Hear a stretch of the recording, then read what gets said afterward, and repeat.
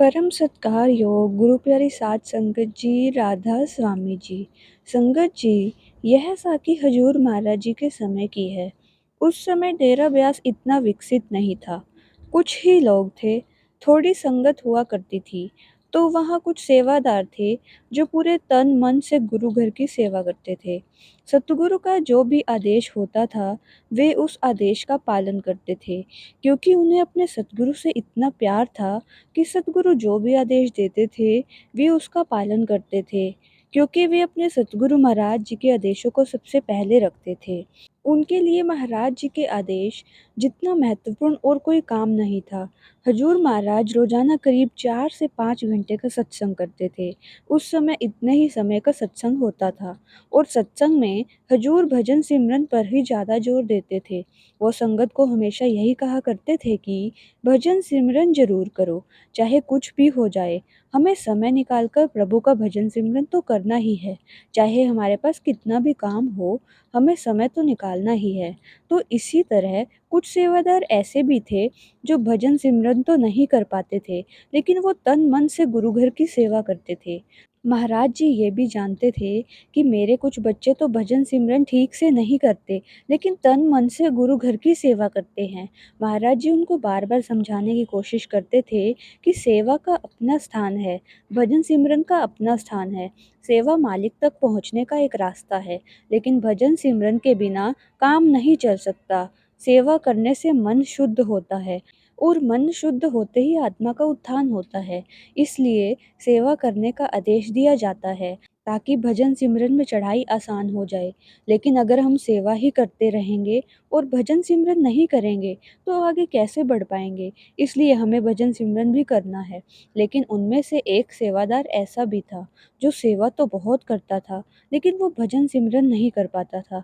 महाराज जी ने उसको कई बार समझाया था कि तू बहुत अच्छा सेवादार है, लेकिन तुझे भजन सिमरन भी करना चाहिए। वो कहता था कि महाराज जी, मैं जितना कर सकता हूँ मैं करता हूँ, लेकिन बाकी की ज़िम्मेदारी आपकी है। आप जानते हैं मैंने अपने आप को आपके भरोसे छोड़ दिया है। अगर आप मुझसे भजन सिमरन करवा सकते हैं तो आपकी कृपा है।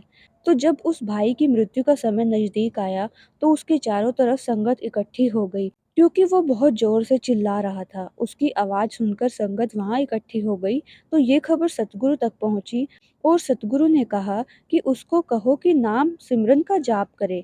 जब इस बात का संदेश उस सेवादार तक पहुँचाया गया, तो उसने कहा कि महाराज जी को यहाँ पर लेकर आओ, मैं उठ नहीं पा रहा हूँ। तो सेवादार फिर महाराज जी के पास गया और महाराज जी से कहा कि महाराज जी, वह तो आपको बुला रहा है। लेकिन महाराज जी ध्यान में थे और कुर्सी पर बैठे थे। महाराज जी ने कहा कि मैं थोड़ी देर में आता हूँ, आप उनसे कह देना कि नाम सिमरन का जाप करता रहे। और उस सेवादार ने यही जाकर बताया कि भाई महाराज जी ने कहा है कि नाम सिमरन का जाप करते रहना। लेकिन उसे बहुत दर्द हो रहा था, तो उसका दर्द देखकर सेवादार फिर से महाराज जी के पास गया और महाराज जी से कहा कि महाराज जी, उसे बहुत दर्द हो रहा है, आपकी वहाँ ज़रूरत है। लेकिन महाराज जी ने कहा कि क्या मैं इसे काल के मुँह में जाने दूँ? मुझे इसकी पीड़ा का पता है, लेकिन इसने नाम कमाया नहीं है, आत्मा का उत्थान नहीं हुआ है और इसका हिसाब चुकता हो रहा है। इसे दोबारा जन्म लेना पड़ेगा। इसी बात पर चर्चा और हिसाब काल कर रहा है और इसे दोबारा जन्म लेने के लिए सारे इंतजाम किए जा रहे हैं। लेकिन इसने मेरी संगत की सेवा की है और जो मेरी संगत की सेवा करेगा, उसे मैं हर हाल में अपने साथ सचखंड लेकर जाऊँगा, फिर चाहे कुछ भी हो जाए। इसलिए यह अभी इतनी पीड़ा में है, क्योंकि इसका उत्थान पहले नहीं हुआ। अब आत्मा का उत्थान हो रहा है और यह पीड़ा में है। इसलिए मैं कहता हूँ कि भाई जीते जी मर जा, जीते जी मालिक से मिल जा, ताकि मरते समय पीड़ा ना हो। उसके बाद महाराज जी उसके पास गए और महाराज जी ने उसके सिर पर हाथ रखा और उसकी चीखें बंद हो गई और उसने अंतिम सांस ली और वह मालिक को प्यारा हो गया। इसे ही पूर्ण गुरु की पहचान कहते हैं कि जब पूर्ण गुरु अपने शिष्य की जिम्मेदारी लेता है तो उसे बीच राह में नहीं छोड़ता। जब गुरु ने वचन दे दिया कि अब तुम मेरी जिम्मेवारी हो, तो वो उसे हर हाल में सचखंड ले जाते हैं। चाहे कुछ भी हो जाए, वो अपने शिष्य को मौत के जाल से मुक्त करा देते हैं। यही सच्चे सद्गुरु की पहचान होती है। वो अपने शिष्य को फिर उस दुनिया में वापस नहीं आने देते, वो उसे इसी जन्म में मुक्त कर देते हैं। लेकिन सतगुरु की खुशी सिर्फ और सिर्फ हमारे भजन सिमरन में ही है। करने को तो सतगुरु बहुत कुछ कर सकते हैं, लेकिन अगर वो ऐसा करने लगे तो हम में से कोई भी भजन सिमरन नहीं करेगा। हम तो उन पर ही निर्भर हो जाएंगे।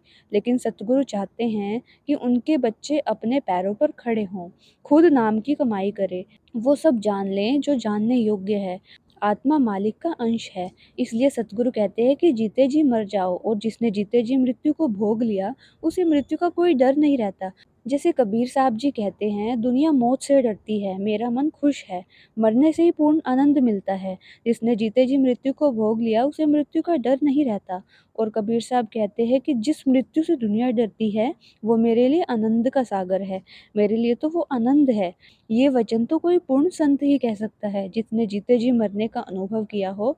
और वो अपने शिष्य को भी यही शिक्षा देता है कि भाई नाम कमाना शुरू करो, जीते जी मर जाओ, ताकि आना जाना खत्म हो जाए, ये जन्म मरण का खेल खत्म हो जाए, और तुम इस माया के खेल से छुटकारा पा जाओ।